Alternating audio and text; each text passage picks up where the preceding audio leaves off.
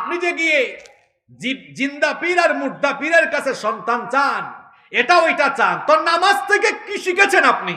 আপনি তো নামাজে গিয়ে 5 ওয়াক্ত আল্লাহকে ঘোষণা দেন ইয়াকা নাবুদু, পরে নামাজ সাথে ইয়াকা নাবুদু ওয়া ইয়াকা নাস্তাইন।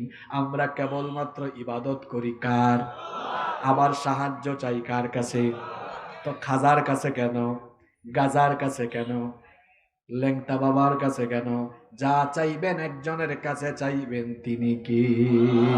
তাহলে আল্লাহ বলছেন রহমানের বান্দা হলো তারা আল্লাহর সাথে অন্য কাউকে শরীক করে না যারা। নাম্বার 7, বাকিগুলা কি বলবো না, রেখে দিব, এগুলো জটিল, তো কুলাইতে পারবেন? নাম্বার 7, 7 নাম্বার রহমানের বান্দাদের বৈশিষ্ট্য হলো ওয়ালা ইয়াকতুলুনান নাফসাল্লাতী হারামাল্লাহু ইল্লা বিল হক। রহমানের বান্দা হলো তারা অন্যায়ভাবে মানুষকে খুন করে না, হত্যা করে না যারা। অন্যায়ভাবে নিরপরাধী মানুষকে হত্যা করার নজির এখন মনে হয় দুনিয়াতে নাই। কোনো অপরাধ করে নাই, নিরপরাধ মানুষকে বিচার বহির্ভূত ভাবে মেরে ফেলা, হত্যা করে ফেলা, এগুলো হলো ফেরাউনি স্বভাব, এগুলো স্বৈরাচারী শাসকের বৈশিষ্ট্য। কারণ ফেরাউনের কথা আল্লাহ কোরআনের 44টা সূরার 532টা আয়াতে বলেছেন। কি জিনিস চিন্তা করছেন? 500 কয়টা আয়াত? কোরআনে আয়াত আছে 6000-এর বেশি। এর মধ্যে ফেরাউন বাবাজি দখল করেছে 532 আয়াত। এই ফেরাউন এত খারাপের খারাপ ছিল, তার ক্ষমতা টিকিয়ে রাখার জন্য বনি ইসরাইলের ছোট্ট ছোট্ট ছোট্ট ছোট্ট সদ্য জন্ম নেওয়া ছেলে শিশুদেরকে হত্যা করেছিল। তার আশঙ্কা ছিল এগুলো বড় হয়ে গেলে আমার চেয়ারের জন্য, ক্ষমতার জন্য বিপজ্জনক হবে।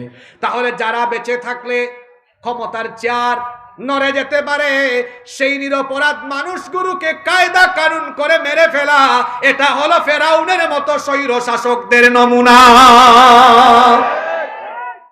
অন্যায়ভাবে মানুষকে হত্যা করা, এটা জঘন্য কবিরা গুনাহ। নবীজি বলেছেন অন্যায়ভাবে মানুষ হত্যার হিসাব কিয়ামতের দিন প্রথম হবে। কথা কি শোনা যায়? আল্লাহ কিয়ামতের দিন আমাদের থেকে হিসাব নেবেন। সর্বপ্রথম হাক্কুল্লাহ, আল্লাহর হকের হিসাব। আল্লাহর হকের হিসাব আরম্ভ হবে নামাজ দিয়ে। আল্লাহর হকের হিসাব শেষ হলে শুরু হবে হাক্কুল ইবাদ, বান্দার হকের বিচার। আর বান্দার হকের বিচার আরম্ভ হবে সর্বপ্রথম রক্তপাত দিয়ে। যারা অন্যায়ভাবে মানুষের রক্ত ঝরিয়েছে, অন্যায়ভাবে মানুষের রক্ত ঝরায়, এই রকম রক্ত পিপাসু আমাদের সমাজে আছে না নাই?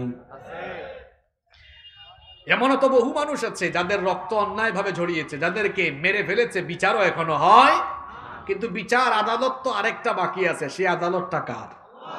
যারা অন্যায়ভাবে নিরপরাধ মানুষকে অপরাধী সাজিয়ে সাজা দিয়েছো, মেরে ফেলেছো, আল্লাহর আদালতে তোমাদেরকে আসামি হয়ে দাঁড়াতে হবে। সেদিন বিচারক কে? তোমাদের কোনো বাপ তোমাদেরকে সেদিন বাঁচাতে পারবে না। তোমাদের কোনো বাপ তোমাদেরকে বাঁচাতে পারবে না। দিন আছে না নাই? আছে। সেই দিনটা কার? আল্লাহ। সেই দিনটা কার? আল্লাহ। এরপরে নাম্বার 8 নাম্বার রহমানের বান্দাদের 8 নাম্বার স্বভাব হলো, 8 নাম্বার গুণ হলো ওয়ালা ইয়াজনুনা ওয়া মান ইয়াফআল যালিকা ইয়ালকা আসামা। রহমানের বান্দারা জিনা ব্যভিচারের ধারে কাছেও যায় না, জিনার ধারে কাছেও যায় না। এখন তো বিবাহ বহির্ভূত সম্পর্ক যেন